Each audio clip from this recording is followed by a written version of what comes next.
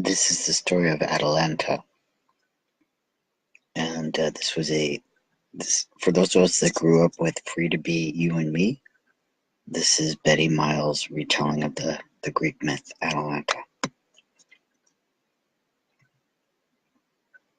Once upon a time, not long ago, there lived a princess named Atalanta who could run as fast as the wind.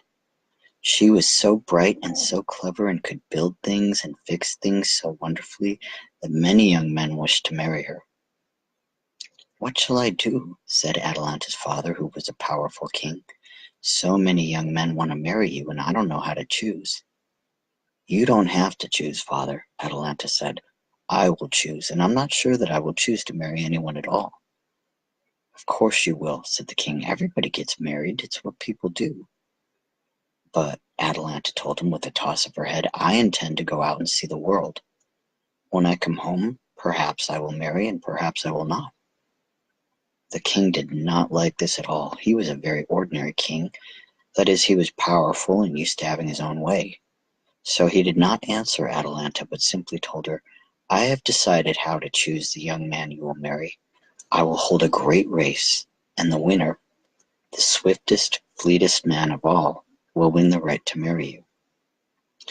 Now Atalanta was a clever girl as well as a swift runner. She saw that she might win both the argument and the race, provided that she herself could run in the race too. "Very well," she said, "but you must let me race along with the others. If I'm not the winner, I will accept the wishes of the young man who is." The king agreed to this. He was pleased he would have his way, marry off his daughter, and enjoy a fine day of racing as well. So he directed his messengers to travel throughout the kingdom, announcing the race with its wonderful prize, the chance to marry the bright Atalanta. As the day of the race drew near, flags were raised in the streets of the town, and banners hung near the grassy field where the race would be run. Baskets of ripe plums and peaches, wheels of cheese, ropes of sausages and onions, and loaves of crusty bread were gathered for the crowds. Meanwhile, Atalanta herself was preparing for the race. Each day at dawn, dressed in soft green trousers and a shirt of yellow silk, she went to the field in secret and ran across it, slowly at first, and then faster and faster until she could run the course more quickly than anyone had ever run it before. As the day of the race grew nearer, young men began to crowd into the town. Each was sure that he could win the prize, except for one. That was young John, who lived in the town. He saw Atalanta day by day as she bought nails and wood to make a pigeon house, or chose parts for her telescope, or laughed with her friends. Young John saw the princess from a distance, but near enough to know how bright and clever she was. He wished very much to race with her, to win, and to earn the right to talk with her and become her friend. "For surely," he said to himself, "it is not right for Atalanta's father to give her away to the winner of the race. Atalanta must choose the person she wants to marry, or whether she wishes to marry at all. Still, if I could only win the race, I would be free to speak to her and ask her for her friendship." Each evening after his studies of the stars and the seas, young John went to the field in secret and practiced running across it. Night after night he ran as fast as the wind across the twilight field until he could cross it more quickly than anyone had ever crossed it before. At last the day of the race arrived. Trumpets sounded early in the morning, and the young men gathered at the edge of the field along with Atalanta herself. The prize they sought. The king and his friends sat in soft chairs, and the townspeople stood along the course. The king rose to address them all. "Good day," he said to the crowds. "Good luck," he said to the young men. To Atalanta he said, "Goodbye. I must tell you farewell, for tomorrow you will be married." "I'm not so sure of that, father," Atalanta answered. She was dressed for the race in trousers of crimson and a shirt of silk as blue as the sky. And she laughed as she looked up and down the line of men.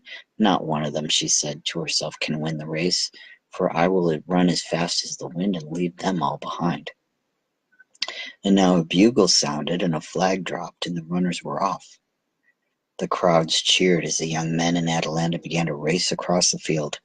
At first they ran as a group. But Atalanta soon pulled ahead, with 3 young men close after her. As they neared the halfway point, one young man put on a great burst of speed and seemed to pull ahead for an instant, but then he gasped and fell back. Atalanta shot on. Soon another young man, tense with effort, drew near to Atalanta. He reached out as though to touch her sleeve, stumbled for an instant, and lost speed. Atalanta smiled as she ran on. I've almost won, she thought. But then another young man came near. This was young John, running like the wind, as steadily and swiftly as Atalanta herself. Atalanta felt his closeness, and in a sudden burst she dashed ahead. Young John might have given up at this, but he never stopped running. Nothing at all, thought he, will keep me from winning the chance to speak with Atalanta. And on he ran, swift as the wind, until he ran as her equal, side by side with her, toward the golden ribbon that marked the race's end. Atalanta raced even faster to pull ahead, but young John was a strong match for her. Smiling with the pleasure of the race, Atalanta and young John reached the finish line together, and together they broke through the golden ribbon. Trumpets blew, the crowd shouted and leaped about. The king rose. Who is that young man? He asked. It is young John from the town, the people told him. Very well, young John, said the king as John and Atalanta stood before him, exhausted and jubilant from their efforts. You have not won the race, but you have come closer to winning than any man here. And so I give you the prize that was promised, the right to marry my daughter. Young John smiled at Atalanta, and she smiled back. Thank you, sir, said John to the king, but I could not possibly marry your daughter unless she wished to marry me. I have run this race for the chance to talk with Atalanta, and if she is willing, I'm ready to claim my prize. Atalanta laughed with pleasure. And I, she said to John, could not possibly marry before I have seen the world, but I would like nothing more than to spend the afternoon with you. Then the two of them sat and talked on the grassy field as the crowds went away. They ate bread and cheese and purple plums. Atalanta told John about her telescopes and pigeons, and John told Atalanta about his globes and his studies of geography. At the end of the day, they were friends. On the next day, John sailed off to discover new lands, and Atalanta set off to visit the great cities. By this time, each of them has had wonderful adventures and seen marvelous sights. Perhaps someday they will be married, and perhaps they will not.